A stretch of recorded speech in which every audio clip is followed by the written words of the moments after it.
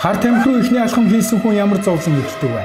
Эхлээд бие сэтгэл чинь бүрэн хамааралтай болж хар тамхиг зогсолтгүй нэхнэ. Үүнийг тисэж давна гэж байхгүй. Дараа нь санхүүгийн дампууралд бүрэн нэрвэгдэнэ. Үүнийгээ нөхөх гэж гэр орноо цөлмөн гинт тэргүүлдэж шоронгийн хаалга татна. Тэгээд гэр бүл найз нөхөд чинь хүссэн хүсээгүй холдож чи ганцаардлын төлөвлөх болно. Ингээд донтолтоо дийлхэ байж өөхөх гэдэг сонголтод хүрч амь насаа хохироо. Ийм л хувь тавилан хар тамхичныг хүлээж байдаг.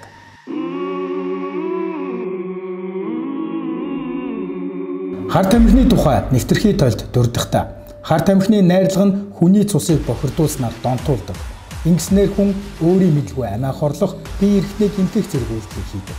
Сэтгэл санаа огцом дээшилж эсвэл огцом сэтгэл санаагаар унаж өөхөх хүсэл төрнө. Үүнийг л сэтгцэд нөлөөлөх хар тахал гэж нэрлэдэг байгаа юм.